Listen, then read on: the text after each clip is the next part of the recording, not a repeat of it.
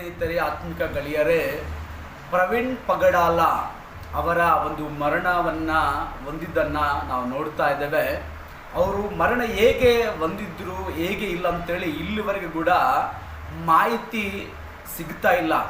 ಅದನ್ನು ಪರಿಶೀಲಿಸಿ ಮಾಹಿತಿಯನ್ನು ತೆಗೆದುಕೊಂಡು ಬರಬೇಕೆಂಬುದಾಗಿ ನಾನು ಕೇಳ್ತಾ ಇದ್ದೇನೆ. ಅವರ ಬಾಡಿ ಕೂಡ, ಅವರ ದೇಹ ಕೂಡ ಪೋಸ್ಟ್ ಮಾರ್ಟಮ್ಗೆ ಹೋಗಿದೆ.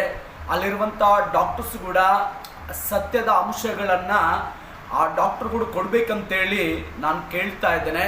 ಯಾಕಂದರೆ ಇದು ಒಂದು ಸತ್ಯ ಸುವಾರ್ತೆಯನ್ನು ಹೇಳುವವರಿಗೆ ಈ ರೀತಿಯಾದ ಒಂದು ಹಿಂಸೆಗಳಾಗಲಿ ಆಗಬಾರ್ದು. ಯಾಕಂದರೆ ನಮ್ಮ ದೇಶ ಜಾತೀಯ ದೇಶ ಆಗಿದೆ. ಯಾರ ಧರ್ಮವನ್ನು ಅವರು ಪ್ರೀತಿಯಿಂದ ಪ್ರಚಾರ ಮಾಡ್ಬೋದು, ಪ್ರೀತಿಯಿಂದ ಹೇಳ್ಬೋದು, ಪ್ರೀತಿಯಿಂದ ನಾವು ಬೆಳಿಬೇಕು. ಆ ರೀತಿಯಾಗಿ ಇರುವಂಥ ದೇಶದಲ್ಲಿ ಇವತ್ತು ಏನಾಗ್ತಾ ಇದೆ ಅಂದರೆ, ಇವತ್ತು ಮತ ಪ್ರಚಾರ ಅಂತೇಳಿ ಅಂದ್ಕೊಂಡು ಇವತ್ತು ಈ ರೀತಿಯಾಗಿ ಜನರನ್ನು ಸೇವಕರನ್ನು ಕೂಡ ಕೊಲೆ ಮಾಡುವುದನ್ನು ನಾವು ನೋಡ್ತಾ ಇದ್ದೇವೆ. ಅದಕ್ಕೋಸ್ಕರನೇ ಇವತ್ತು ನಮಗೆ ಯಾವ ರೀತಿಯಾಗಿ ಅವರು ಸೇವಕರು ಮರಣ ಹೊಂದಿದಾರಂತ ಅನ್ನುವಂಥದ್ದನ್ನು ನಮಗೆ ಆ ದಾಖಲೆಗಳು ಬೇಕು.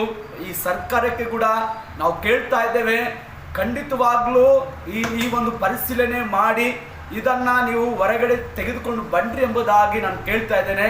ಮತ್ತು ನನ್ನ ಸ್ನೇಹಿತರು ಕೂಡ ಇದನ್ನು ಶೇರ್ ಮಾಡಿ ಎಲ್ಲರಿಗೆ ಮುಟ್ಟುವ ಹಾಗೆ ಮಾಡಿ, ಮತ್ತು ಇದು ಒಂದು ನ್ಯಾಯಬದ್ಧವಾಗಿ ಜರುಗುವ ಹಾಗೆ, ಕಾನೂನುಬದ್ಧವಾಗಿ ಜರುವ ಹಾಗೆ ದೇವರು ಕೂಡ ಸಹಾಯ ಮಾಡಿಲ್ಲ ಅಂತೇಳಿ ನೀವೆಲ್ಲರೂ ಪ್ರಾರ್ಥನೆ ಮಾಡಿ, ಮತ್ತು ದೇವರು ಅವರ ಜೀವನದಲ್ಲಿ ಕೂಡ ಕಾರ್ಯ ಮಾಡಿ, ಅವ್ರ ಕುಟುಂಬಕ್ಕೆ ಕೂಡ ದೇವರು ಶಾಂತಿ ಸಮಾಧಾನ ಕೊಡಲಿ, ಅವರ ದುಃಖವನ್ನು ಕೂಡ ಸಹಿಸಿಕೊಳ್ಳುವಂಥ ಶಕ್ತಿ ಕೂಡ ದೇವರು ಕೊಡಲಿ ಅಂತೇಳಿ ನೀವು ಕೂಡ ಪ್ರಾರ್ಥನೆ ಮಾಡಿ, ನಾವು ಕೂಡ ಪ್ರಾರ್ಥನೆ ಮಾಡ್ತೇವೆ. ಮತ್ತು ದೇವರು ಅವರಿಗೆ ಯಾರೆಲ್ಲ ಮತ್ತು ಆ ಪೋಸ್ಟ್ ಮಾರ್ಟಮ್ ಹತ್ರ ಹೋಗಿದ್ದಾರೆ, ಮತ್ತು ಯಾರೆಲ್ಲ ಮತ್ತು ಮಾಧ್ಯಮಗಳಲ್ಲಿ ಕೂಡ ಮಾತಾಡ್ತಾ ಇದ್ದಾರೆ, ಅವರೆಲ್ಲರಿಗೂ ಕೂಡ ದೇವರು ಸರಿಯಾದ ಉತ್ತರಗಳನ್ನು ಕೊಡುವ ಹಾಗೆ, ದೇವರ ಆ ರೀತಿಯ ಕಾರ್ಯ ಮಾಡುವ ಹಾಗೆ ಮಾಡಲಿ ಅನ್ನುವಂಥದ್ದನ್ನೇ ನಾವೆಲ್ಲರೂ ಇವತ್ತು ಮಾತನಾಡಿ ಆ ಒಂದು ಕಾರ್ಯವನ್ನು ನಾವು ನೋಡೋಣ. God bless you. ಕರ್ತನೇ ನಿಮ್ಮನ್ನು ಆಶೀರ್ವಾದ ಮಾಡಿ. ಆಮೆನ್.